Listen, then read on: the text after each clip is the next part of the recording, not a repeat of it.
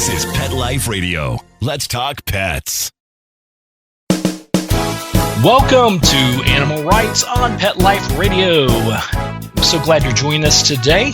My special guest today is author Andrew Root. Andy's going to be talking to us a little bit about his latest book, The Grace of Dogs, a boy, a black lab, and a father's search for the canine soul. So it's a fascinating read, really interesting topic. We'll delve a little bit into the book, talk a little bit about our dogs and do they go to heaven? I think we all know the answer to that, but I want to hear Andy's pitch on that. And find out a little bit more about his writing styles, what encourages him to write the books that he does. So it's going to be a great interview, and everybody hang tight. We'll come back right after these commercial breaks. You're listening to Animal Rights on Pet Life Radio.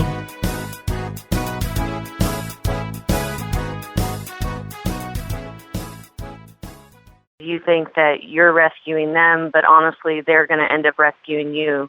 You don't know what they've gone through, and they're not going to be perfect. And they are so happy that you are taking a chance on them to be a part of your family. I urge you to go down to your local shelters, pounds, dog rescues, foundations, you name it, and rescue a dog. Once you get your rescue dog, you should definitely order some Dinovite. Go online and order it. DINOVITE.com. Dinovite. It's awesome stuff. 90 days of Dinovite will make your dog a happy dog. It will help them with their overall health. You don't need to spend thousands on vet bills. Dinovite is the best thing that's ever happened to my dogs, besides me, of course.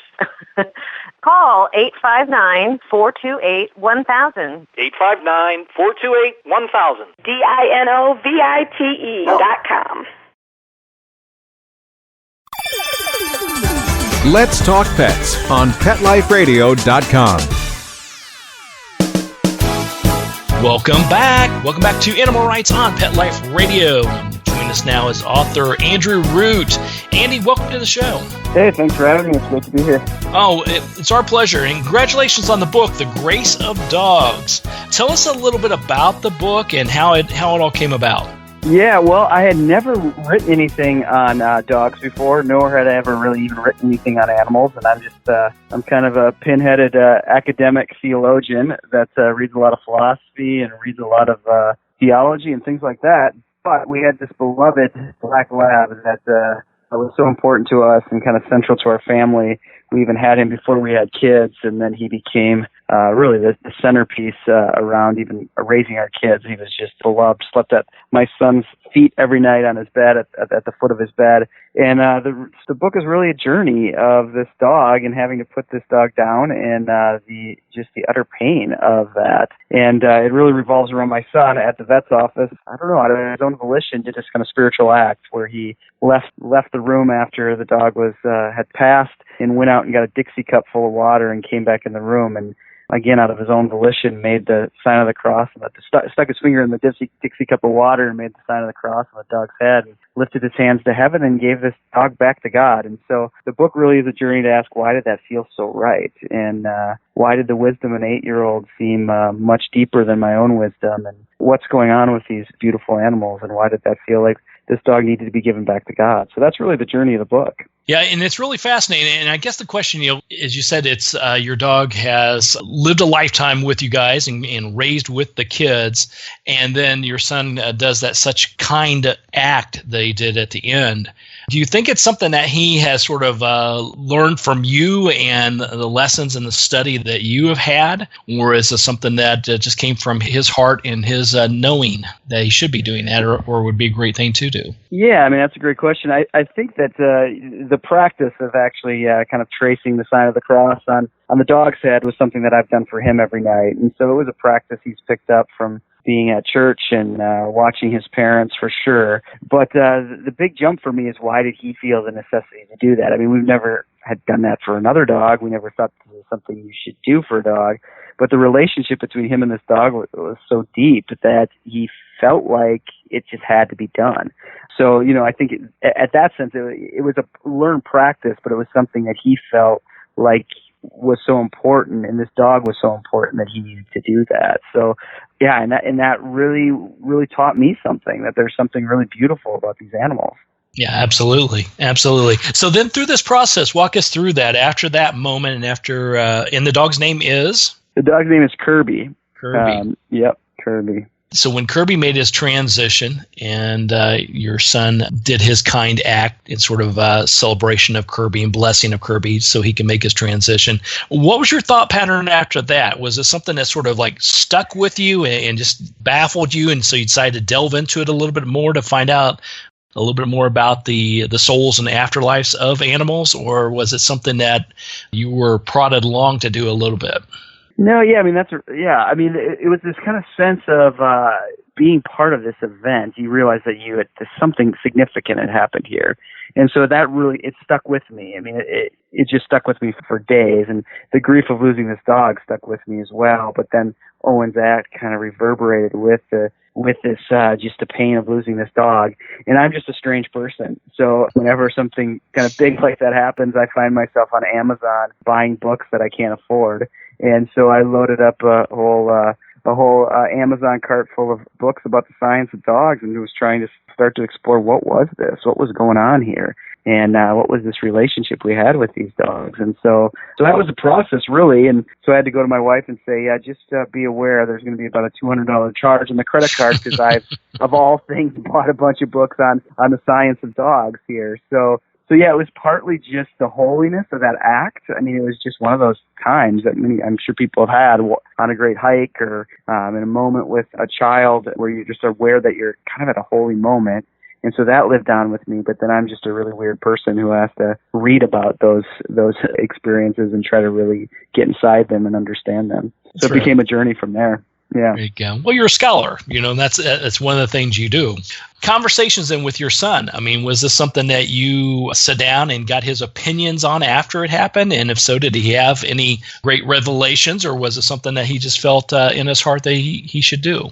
Yeah, I mean, asking him, he just felt like this was the right thing to do. And he actually put up on he has kind of a lofted bed, and he put a picture of Kirby up after Kirby died, and he wrote on it, "My best friend." And so he just grieved the dog's loss for months. And so the questions would come at bedtime. And, the big questions that the book revolves around, too, like, well, will I see Kirby again in heaven? And can you pray that I'll have a dream of Kirby? I mean, there's this kind of desire to reach out and to love this dog. I mean, it really was the sense of a connection of love. And so, yeah, just asking him why he did that, he just said that Kirby was important to him. And so I tried to unpack that. And he did ask, like, why does it hurt so badly? So that's part of what I hope the book does for readers, is try to get inside a little bit and give a little bit of intellectual history, or just a dialogue maybe from the religious traditions on why it's really quite a logical and quite normal thing to feel such a deep loss with our dogs, because there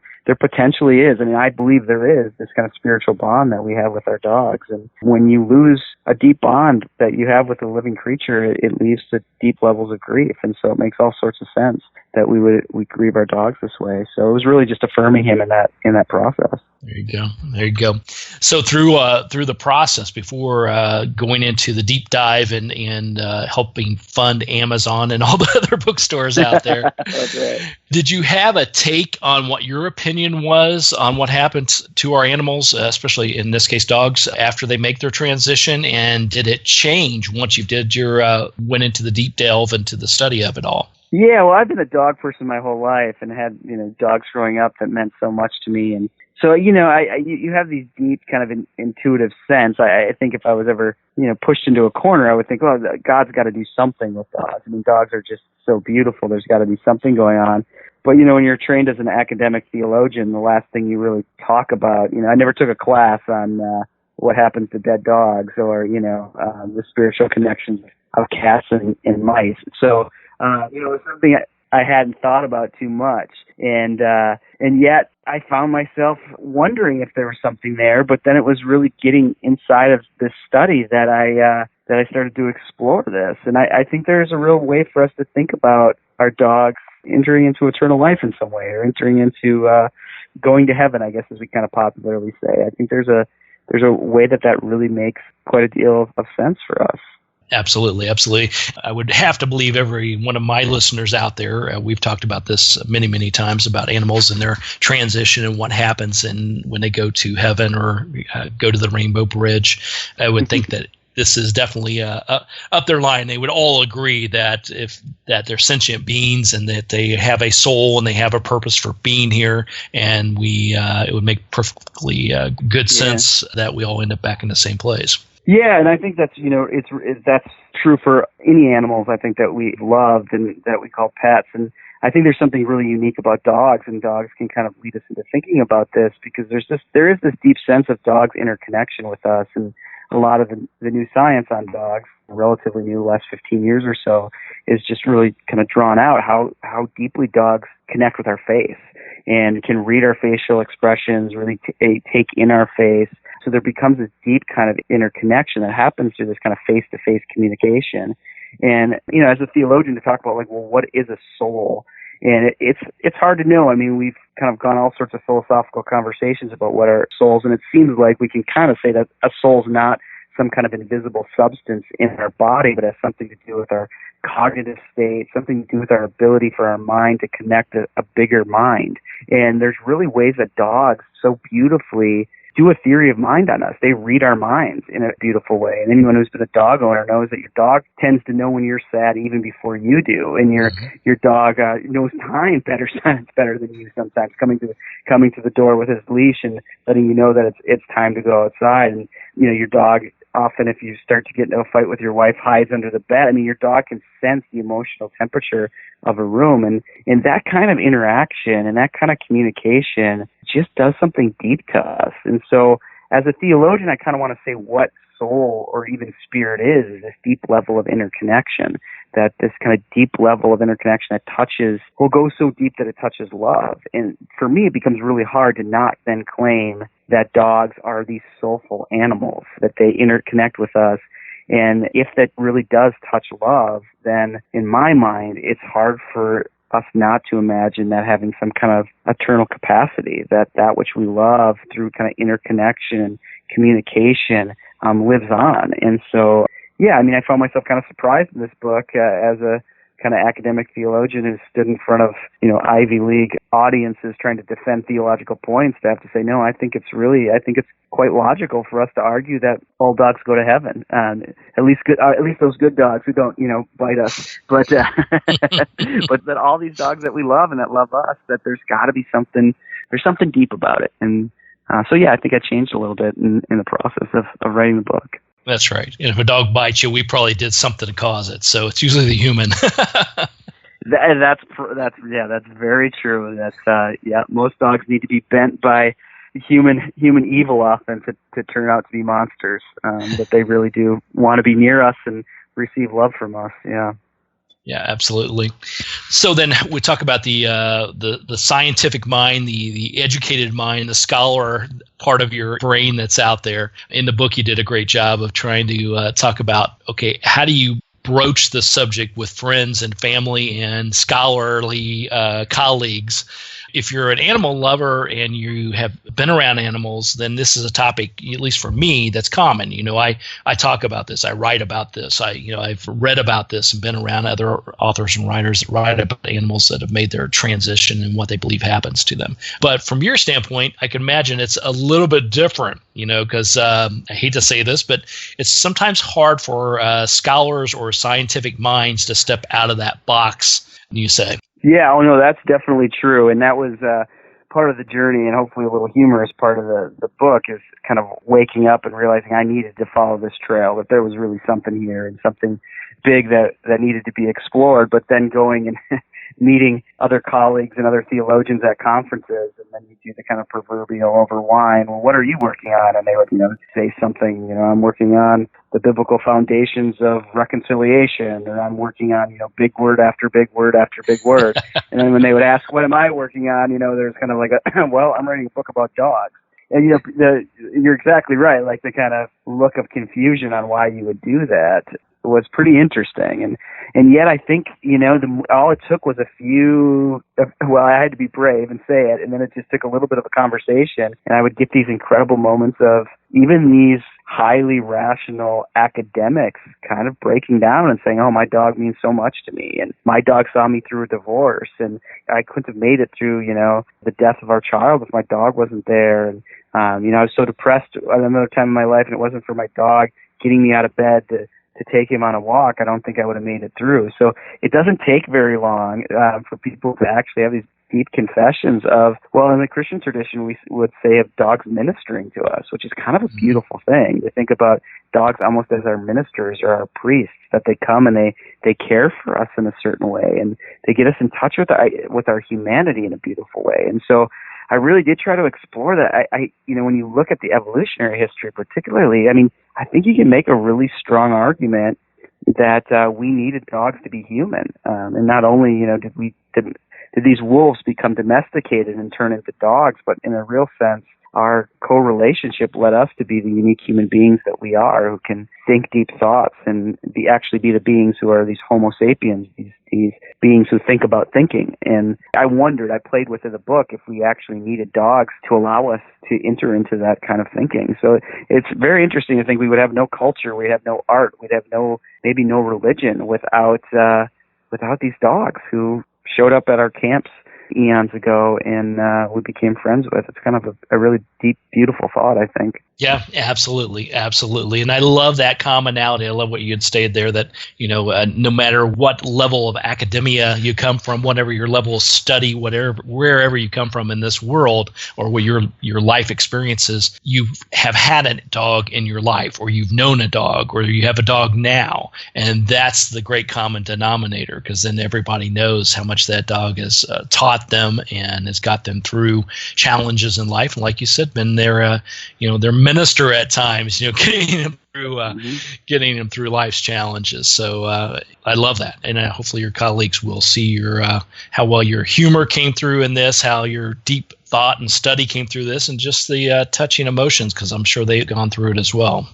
Yeah, I hope so. I really do. I hope it opens us up, and even as a theologian, to be able to talk about things that really matter to us. And like I said, it doesn't take long, and their dogs really matter to them. Their cats and their pets are really important to them. And so, yeah, even in academia, even in the sciences, we need to talk about these very kind of lived things. And from reading the kind of natural sciences too, it was really clear that dogs have been overlooked for many years, and they've been overlooked because they were just too normal. Why would you get $1 million grant to study, that beast who's laying on your couch and drinking out of your toilet? They don't seem all that unique. It seems more unique to study a silverback gorilla or something. But kind of getting into the normal and the everyday, you start to realize just how shocking it is. We overlook how unique these animals are, that we can communicate with, that we can train to sniff for drugs, that we can, all of the ability of dogs to read when autistic children need to be cared for and to respond to them. Kids who are having a hard time reading and have this incredible breakthrough by reading to a dog. All these incredible ways that dogs help us be human, and they tended to be overlooked in the sciences. And I think hopefully both in the natural sciences and maybe with my book a little bit within theology and philosophy, we start to see just what a gift they are to us. There you go. Well, I think you did a great job with that. Well, listen, we're going to take a quick commercial break, and then we're going to come back with Andrew Root, talk to him a little bit more about his latest book, The Grace of Dogs, A Boy, a Black Lab, and a Father's Search for the Canine Soul. And I want to talk to Andy a little bit about his writing and writing styles as well. So everybody hang tight. We'll come back right after these commercial breaks. You're listening to Animal Rights on Pet Life Radio. Sit. Stay. We'll be right back after a short pause. Well, 4 to be exact. Hi, this is Tim Link, animal communicator and pet expert and host of Animal Rights on Pet Life Radio. Have you ever wanted to know what your pet is really thinking? Do you want to find out if they truly understand what you're trying to tell them? Ever wish you could build a better understanding and closer relationship with your pet? Well, now you can. Learning to Communicate with Animals is a 4-part on-demand workshop. In the workshop, you'll learn the essential techniques that are necessary to communicate with animals, including what is animal communication, breathing correctly to achieve the perfect state to communicate with your animals at a deeper level, using guided meditation exercises, a method to communicate with animals, and how to send and receive information from your animals. So if you're wanting to learn how to communicate and connect with your animals at a deeper level, visit PetLifeRadio.com/workshop and purchase and download Learning to Communicate with Animals. You'll be glad you did.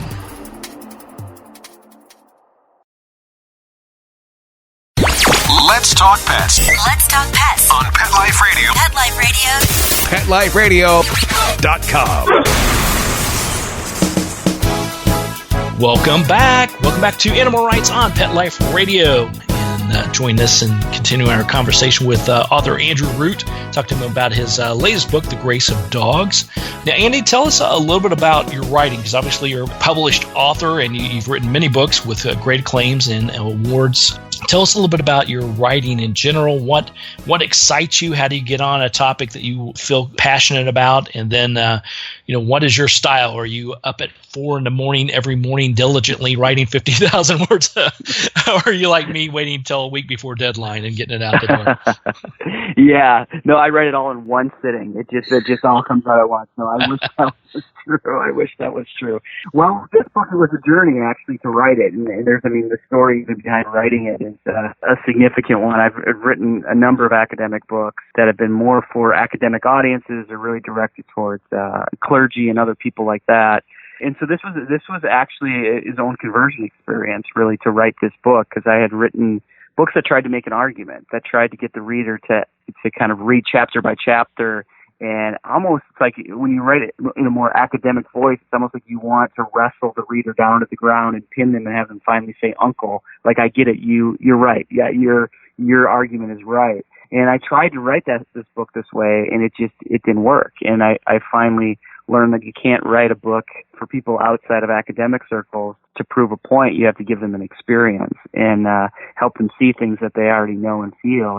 And that took me a long time. So it took a good 2.5, 3 years to write this book, and it was rewritten about 4 or 5 times. And a lot of those drafts are unreadable and are embarrassing even to look back on. But it was definitely worth it. And I knew if I was going to write a book, you just think of how important, as we were saying in the last segment, how important dogs are to people. I wanted it to be a book that would have a chance, at least, to be read by a large audience of people, and that meant freeing myself from the kind of mode of academic journal and trying to come alongside the reader and give them a good experience. So I was up early. Every morning. I'm an early riser. Not quite 4 a.m, more like probably 6:30ish. And I would put in a good 4 or 5 hours, and most of those days you feel like you've been beaten by the writing process more than you've beaten it. And but eventually this came out, and so it was really a learning process for me along the way. That's great. So you've learned the lessons of how to write particular types of books in certain ways. What will you glean from this book when you go back to write something that's a little bit more for academia? Yeah, I think, well, as a writer, one of the things that I've learned is just the real power of leading in and through with story and narrative, that just becomes really important. And there's a lot you can do with big ideas when you get there through experience and through story. So I think that will impact me. I think at another level, just continuing to be really aware that what seems ordinary actually can encompass really deep spiritual dynamic to it. And, if you would have asked me 6-7 years ago if I would write a book about dogs, I think, dogs are just so ordinary. They're everywhere. That's not worth spending 3 years researching and writing on. But, looking at particularly pets and how deeply connected we are and what they do for us, that's changed me too. So, it really was a process of kind of looking at the world through the eyes of a dog. And that seems, I think some people can find that silly, but it was really quite a beautiful experience. And I think I've been changed from doing that and trying to really ask questions and wrestle with what does it mean to be a human being. And if we can really talk about who dogs are and what dogs do for us, we may actually learn a great deal about what it means to be human. And in some ways, that's what the book is really about, is really what it means to be human and how dogs really help us be human beings, significant human beings. And so I think that will stay with me forever. Yeah. That's great. Well, I couldn't have said it better myself. That's great. I'm a big believer that each animal comes into our lives for a reason, for a purpose. We as humans often don't see that until much, much later. But if we follow their guidance and try to identify what their purpose is for being with us, we can definitely live a more fulfilled life and maybe try to find our purpose as well. Yeah, I think so too. And I think, hopefully any of your listeners who read the book, hopefully they'll learn some things along the way, but I think overall there'll be confirmation that I hope that they read it and think, I knew that. But I gave them a new angle, maybe a little bit more language to express what they know is true deep inside. There you go.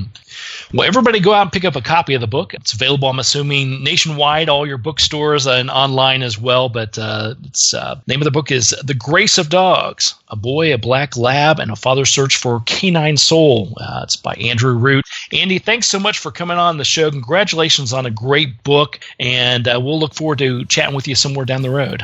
Oh, that'd be great. Thanks for having me. It's been really fun. Thank you. Well, we're coming to the end of the show today. I want to thank everyone for listening to Animal Rights on Pet Life Radio. I want to thank our producers and sponsors for making this show possible. If you have a story about the animals in your life, whether it's in a blog, an article, or in a book, write it all down. And who knows, you may be the next guest on Animal Rights on Pet Life Radio. Everybody have a great day. Let's Talk Pets, every week on demand, only on PetLifeRadio.com.